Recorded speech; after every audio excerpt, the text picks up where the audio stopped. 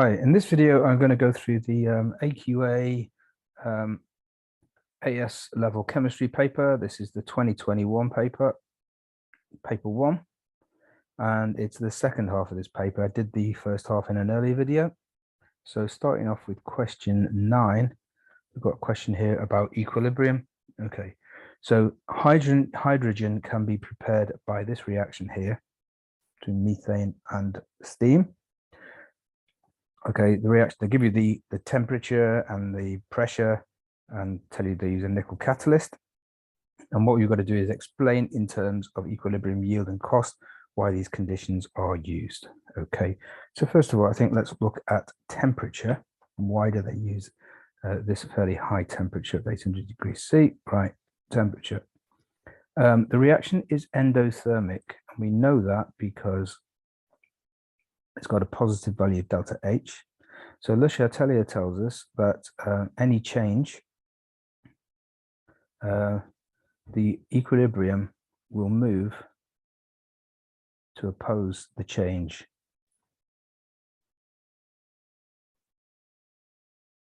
Okay, so if we raise the temperature, high temperature, the equilibrium will move in the endo direction, in this case forward, to try and lower the temperature. So you'll get a better yield of hydrogen. Okay, now it says about cost. Why don't they use an even higher temperature? Well, the best thing to say there is that the higher the temperature you use, the bigger the energy requirement. And so it's going to ultimately be some kind of compromise. That's how high the temperature will go. Okay. Probably say why another good thing about using high temperature is that you get a fast rate of reaction. So rate increased, so it will reach the equilibrium position faster, which may be important. Okay. Now also that is why they're going to use a nickel catalyst. You get a fast rate of reaction without having to use the with lower temperature. Okay, without having to get the temperature too high. And the lower the temperature, of course, will save on the energy costs. So I would say that. Okay, now what do we need to talk about? Pressure. Now, if we think about pressure for this reaction, we have got on the left-hand side of the equation, we've got 1 mole of methane, 1 mole of steam. So that's 2 moles on the left. And on the right, we've got 1 of carbon monoxide and 3 of hydrogen. We've got 4 moles. So the number of gas moles increases from left to right. So that means we should use a low pressure in order to push the equilibrium to the right. A low pressure will favor the equilibrium moving to the right.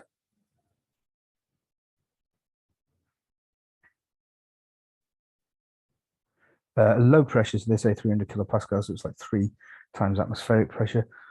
A low pressure is also good because it's cheaper. You don't need to high pressures. You need to make the containers very strong, and you need a lot of energy to generate the high pressure. Okay, so I think that's all you need to say for that. Right, question 10. Okay, a KC question. Right, sulfur dioxide reacts to form sulfur trioxide in that reaction. Given equilibrium constant, give the expression for the equilibrium constant. So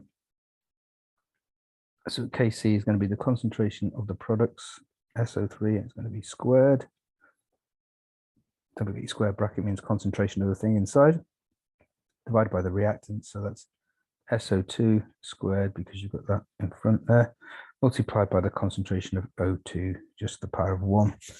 It doesn't ask for units there, but the units would be mole to the -1 dm cubed. Okay, the next part of the question then, it says, right, a mixture of sulfur dioxide and oxygen are allowed to reach equilibrium in the container. They give the volume of the container. They tell us the moles of each one. So there's the sulfur dioxide and the sulfur trioxide. It gives us the value of Kc. And what we've got to do is work out the number of moles of oxygen. Okay, so, right, don't forget the Kc. I'll write down the Kc expression again. So we've got Kc is equal to SO3 concentration squared of SO2. Okay, now square brackets means concentration of. So what is the concentration of SO3? Well, it's equal to the moles over the volume. The moles of SO3 we've got is 0.461. And I'm just going to leave the volume as V there because we're going to cancel some of those V's. We know what it is. Well, let's work out what it is. It's 1800 centimeters cubed. We need to put that into dm cubed. So it's going to be 1.8 dm cubed. But I'm not going to put that number in because some of those V's are going to cancel out. We'll see in a minute. Do the same for SO2. So what we've got moles of SO2 is 0.176 over V. And the concentration of O2, well, let's call that X over V, because that's what we've got to find out. We've got to find the moles of oxygen. X is equal to the moles of oxygen in our equation.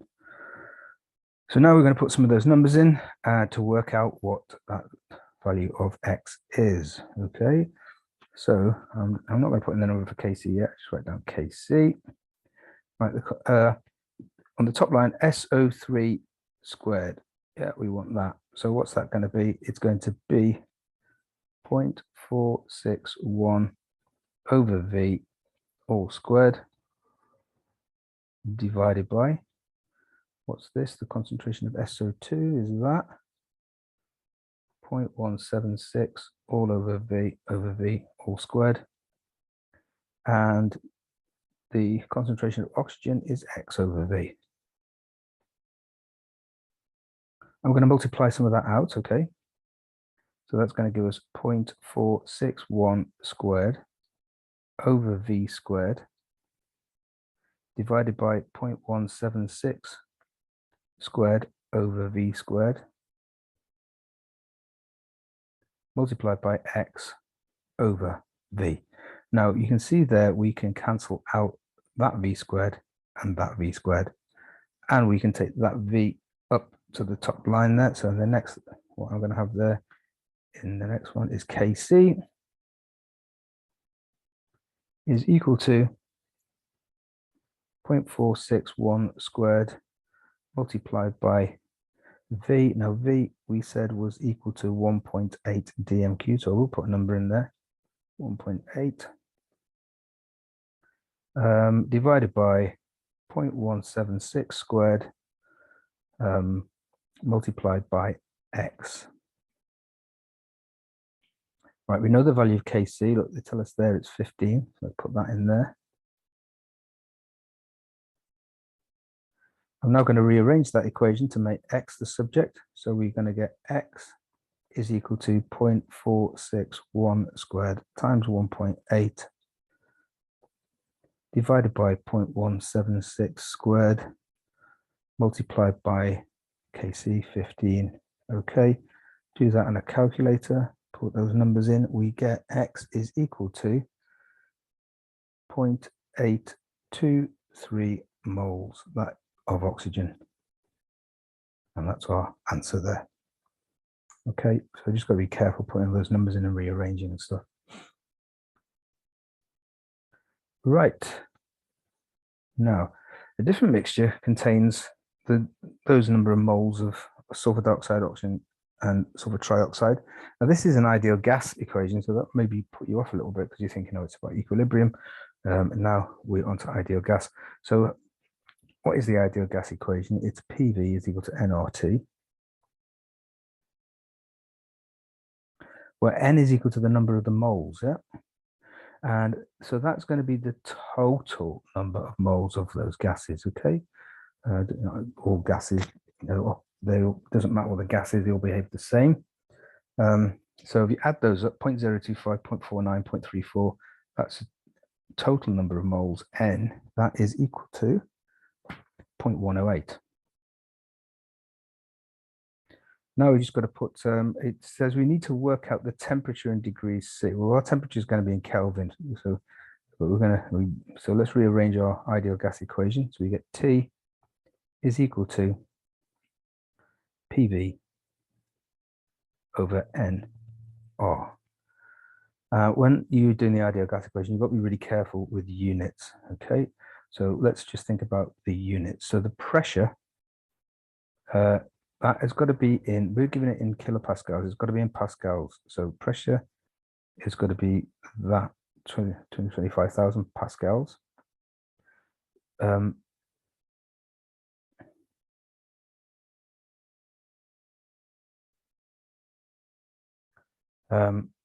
So what we have to do now is we have to work out the volume, which is tricky, okay? Volume, right, that's got to be in meters cubed.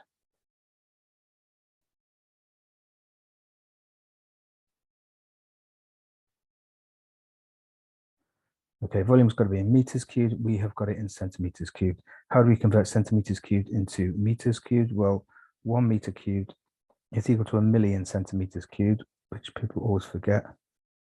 10 to the 6 centimeters cubed. So our volume is equal to 3,500 divided by 1,000,000, which is 3.5 times 10 to the minus 3 meters cubed. Okay, so now we've done that, we can put our numbers into the equation and work out what T is. Okay, so T, don't forget that's going to be in Kelvin, which we need to then convert into degrees C, is 255 multiplied by 3.5 times 10 to the minus 3, divided by the number of moles, which is 0.108, and the ideal gas constant 8.31. That gives us a value in kelvins of 994.5 kelvins. How do we convert that to degrees C? We've got to subtract 273. So that is equal to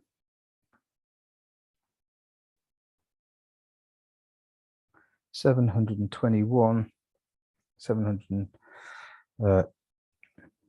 to 3 significant figures degrees C.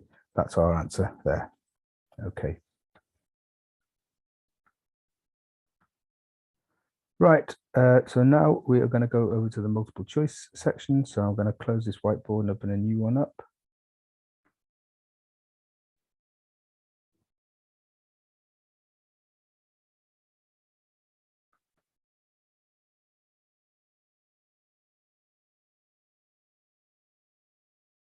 Okay.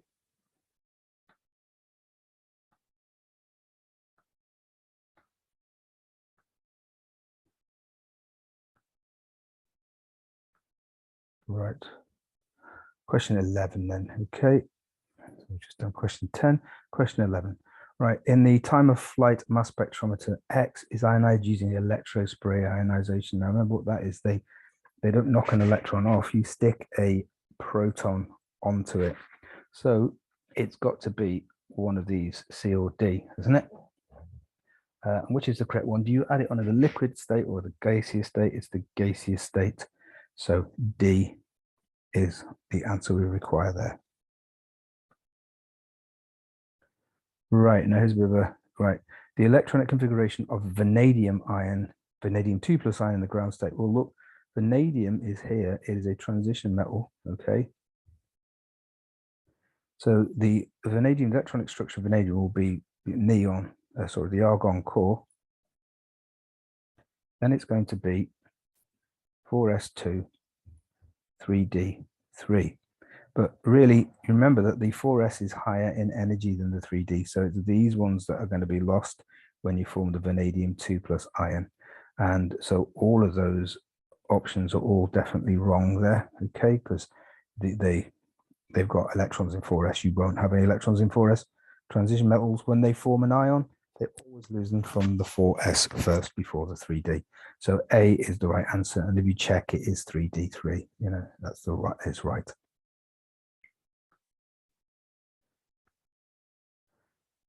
Which molecule is not able to form a coordinate bond with the species? Now, for a coordinate bond, what you need is you need a lone pair. It needs to be a lone pair donor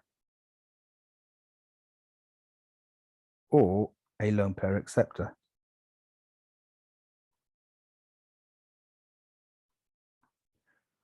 Right. So let's see BH3. Can that?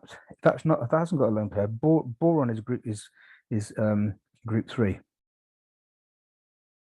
So BH3 is unusual because it doesn't have a full outer shell. It's just got 6 electrons in its outer shell, like that.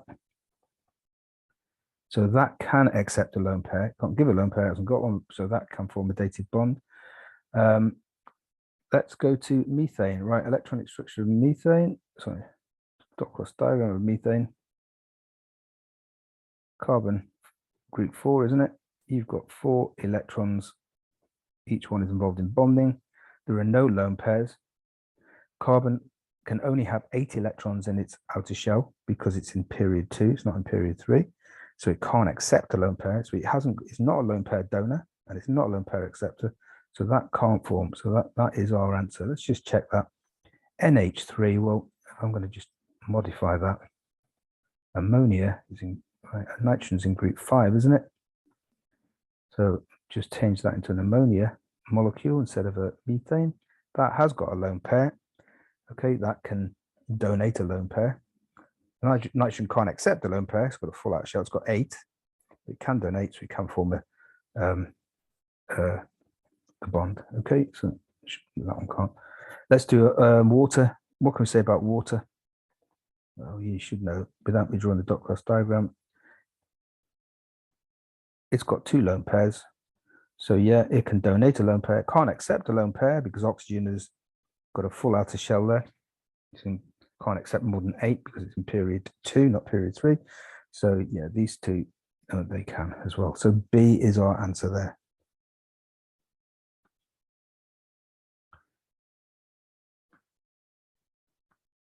Okay, this is quite a lot of work, okay, for 1 mark. Which species has a square planar shape? So, right, I've done, right, let's have a look at this one, A, the NH4 plus ion. Right, there's the dot cross diagram. Nitrogen's in group 5, so you can see there's 5 dots in the outer shell there, and this one is a dated bond, okay, that hydrogen is datively bonded. That was an H plus ion. So it's got 4 bonding pairs and no lone pairs, so it's going to be tetrahedral shape. It's not going to be square planar. SF4, well, let's have a look at SF4. Sulfur's in group 6, so it forms 4 bonds. I haven't drawn the dots for the fluorines, by the way, because it saves time. But so it's got 4 of those dots, so to the fluorines, but it's in group 6, so that means there, look, it's got a lone pair. So that is going to have 5 pairs altogether.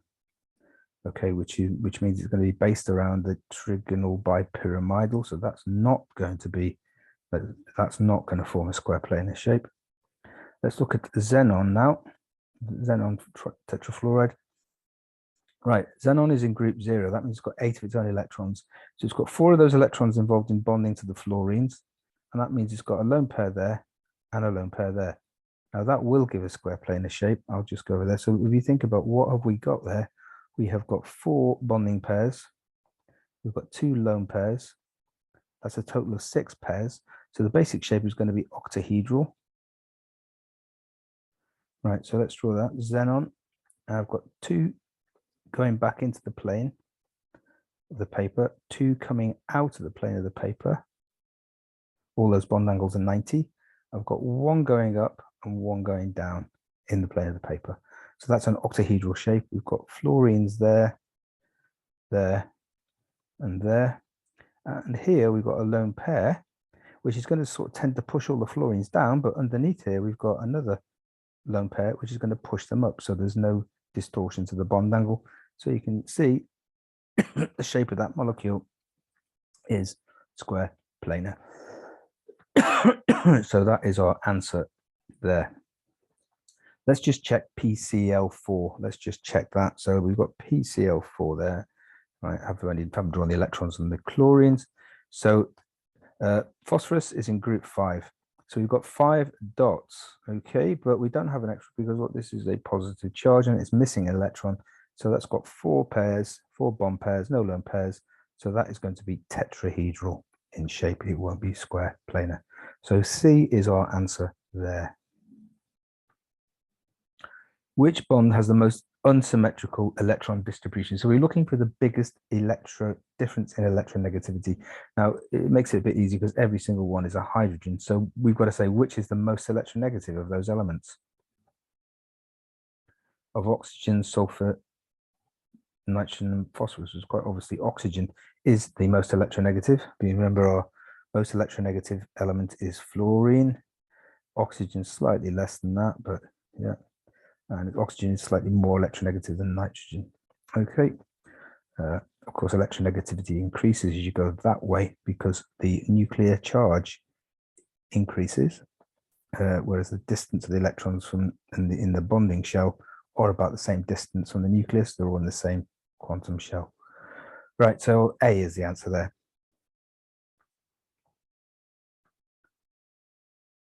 (16) Which compound contains chlorine? An atom of chlorine with an oxidation of +4. Right, let's just, so this one, potassium chlorate is going to be, well, it's going to be a ClO4 minus ion. How do we work out oxidation numbers? Sum of the oxidation numbers is equal to the charge on the species. Okay, so let's do that one for chlorate. Chlorine, we don't know. Oxygen is always -2 oxidation numbers, 4 of them, so that's going to be -8. And the charge on the species is -1. Do a bit of algebra there. Cl is equal to +7. So it's a +7 oxidation state, so it's not that one. CCl4. Now, which is the most electronegative element out of carbon and chlorine? Is quite clearly chlorine. So chlorine is going to have an oxidation number of -1. So that means carbon, so each chlorine is going to be -1. So it's not, yeah, it's not +4. This one here, let's do this one. So ClO2, charge on the species is 0. Chlorine, we don't know. Oxygen is always -2, and there's 2 of them, so it's -4. Chlorine has got an oxidation number of +4. That's our answer. Let's just check this last one.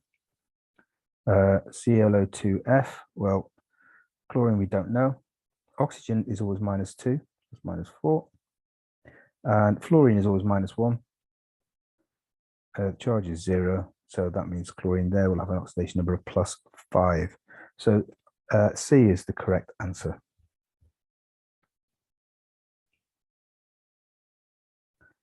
Okay, right, now which element is classified as a D block element? I've just pasted in a bit of the periodic table there, and if you look, all of those ones are really not very familiar to us except for strontium, so we're going to have to look at a bigger bit of the periodic table. So let's do that.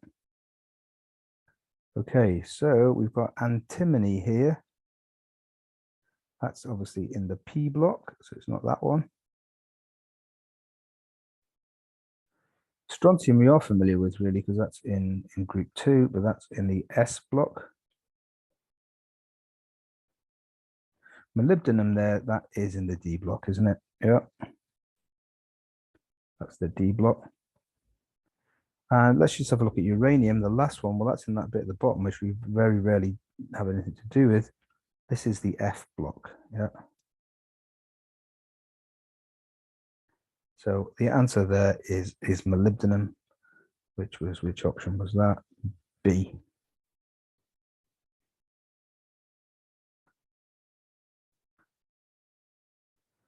Okay, which element in period 3 has the highest melting point? Okay, so I put the periodic table again down there. Right, period 3, aluminium. Well, aluminium, if you remember, that's metallic. There's aluminium. It's a metallic lattice. Silicon, if we remember, well, that is very similar to diamond. Each silicon forming 4 covalent bonds. So that is giant covalent. Of course, they always have very high melting points. Giant covalent, sorry. Sodium is metallic as well. There we go. And sulfur, that's simple covalent.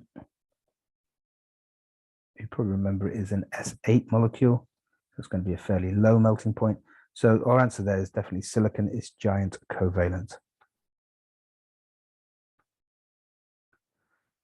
Okay, this is about halogen displacement reactions. So which pair of solutions when mixed reacts to form a dark brown solution? Now, which halogen makes a dark brown solution in aqueous solution is iodine. Okay, so we're looking for a reaction that's going to make iodine, right? So you can see, first of all, we can forget about all of the first three because there's no iodine there. This one here, though, yeah, that will give you, because iodine is less reactive than bromine, so you're going to get, the products are going to be sodium bromide, and you're going to get iodine released. Okay, so that is the answer there. Okay, some sodium halides are reactive with concentrated sulfuric acid. Now, if you remember there, what happens is sulfuric acid acts as a mild oxidizing agent with, okay, and the reducing agents are the halide ions. Right, I'm going to put astatine up there, even though we don't really know anything about it. Okay. Now, which is the strongest reducing agent?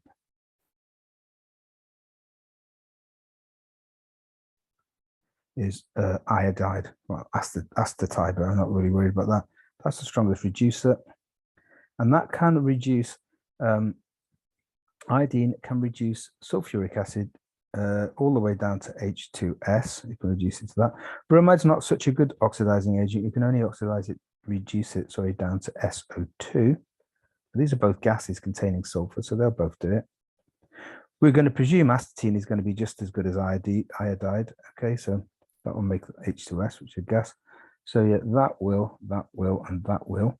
Now, will sodium chloride produce a sulfur-containing gas? It won't, because this is not a very good reducing agent. And so it can't reduce the sulfuric acid. You do get an acid-base reaction, remember? And it's not asking for this, but people also you get an acid-base, H2SO4 plus a chloride ion. The chloride ion accepts a proton of the sulfuric acid, so that behaves as an acid, becomes HSO4 minus, and you get HCl, which is a gas, but of course it doesn't contain sulfur, and that's not a redox reaction, that's an acid-base reaction. This reaction of sodium halides with concentrated sulfuric acid is always really badly answered. People tend not to understand it, so it's worthwhile having a look at that. That is our answer.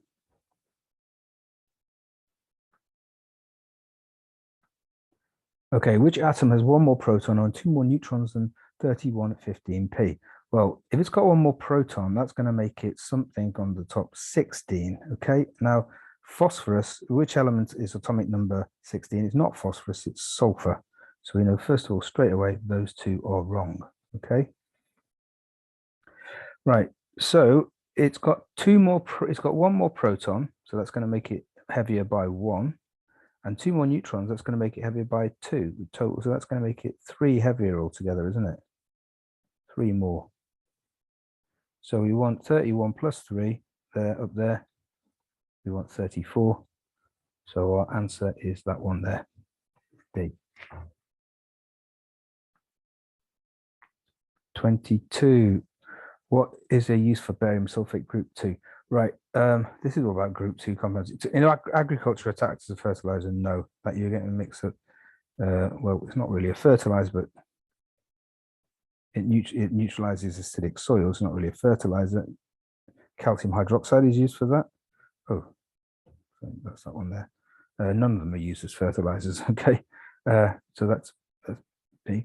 In medicine, to produce an X-ray image, yes, it is. That's barium sulfate, because it is very, very insoluble and it absorbs X-rays. So it's poisonous, but it doesn't dissolve, so it doesn't harm the person.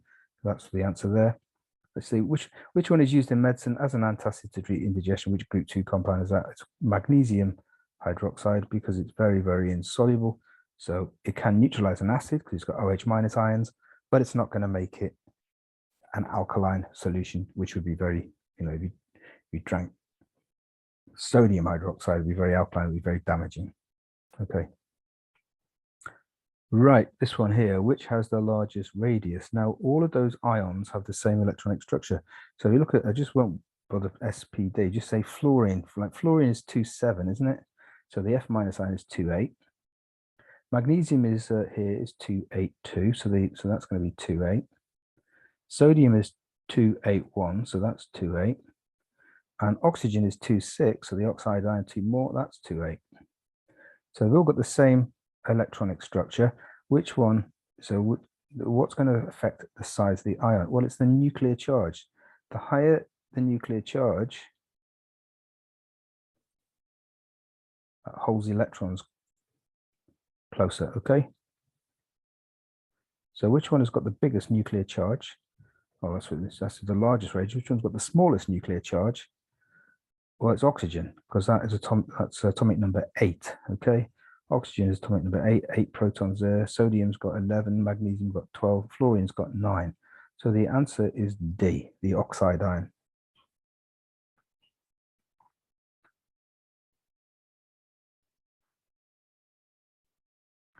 Which element has a first ionization energy lower than that of sulfur? Okay, right. So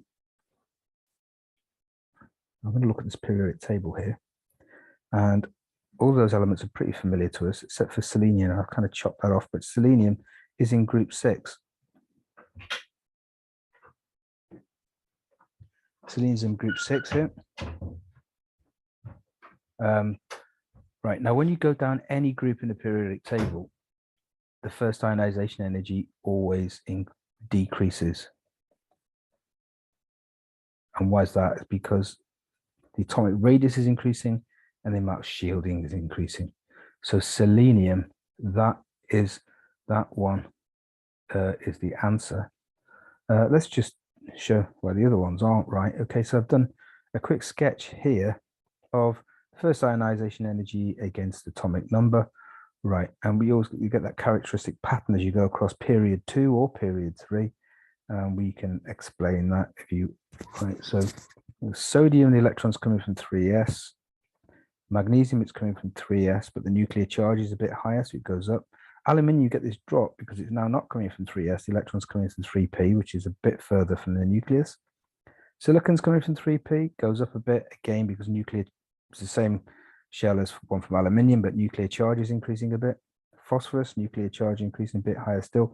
Then you get a little drop there, not quite as much as I've done, I've exaggerated too much. That is due to, it's coming from 3p, but it's 3p4, so you get the pair repulsion, if you remember that. And then this one, it goes up again, it's coming from 3p, nuclear charge increases, 3p, nuclear charge increases. Right, so as you can see, chlorine is going to have a higher first ionizing, higher than sulfur. Look, chlorine is here. Okay, so bigger, same, coming from 3p, but nuclear charge is bigger. Oxygen is going to be lower because it's it's further up the group, you know, removing from the next quantum shell. Phosphorus is that is a little bit higher than sulfur because of the pair repulsion thing. Yeah. So our answer there is selenium. Okay. 2.525, sorry. The first 7 successive ionization energies of Z are shown. What is element Z? Right, we have got,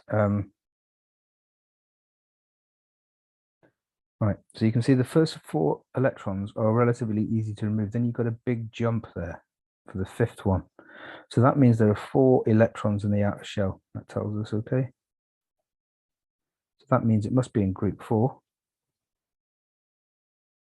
So which elements are in group 4? Well, we've got carbon and silicon, which, okay, but it's not quite, so how do you know which one it is? Well, if you look here, it's a bit of a funny question because it says the first 7 ionization energies, well, of course, carbon is atomic number 6, so it can only have 6 electrons that can be removed, so it can't be carbon, it's got to be silicon.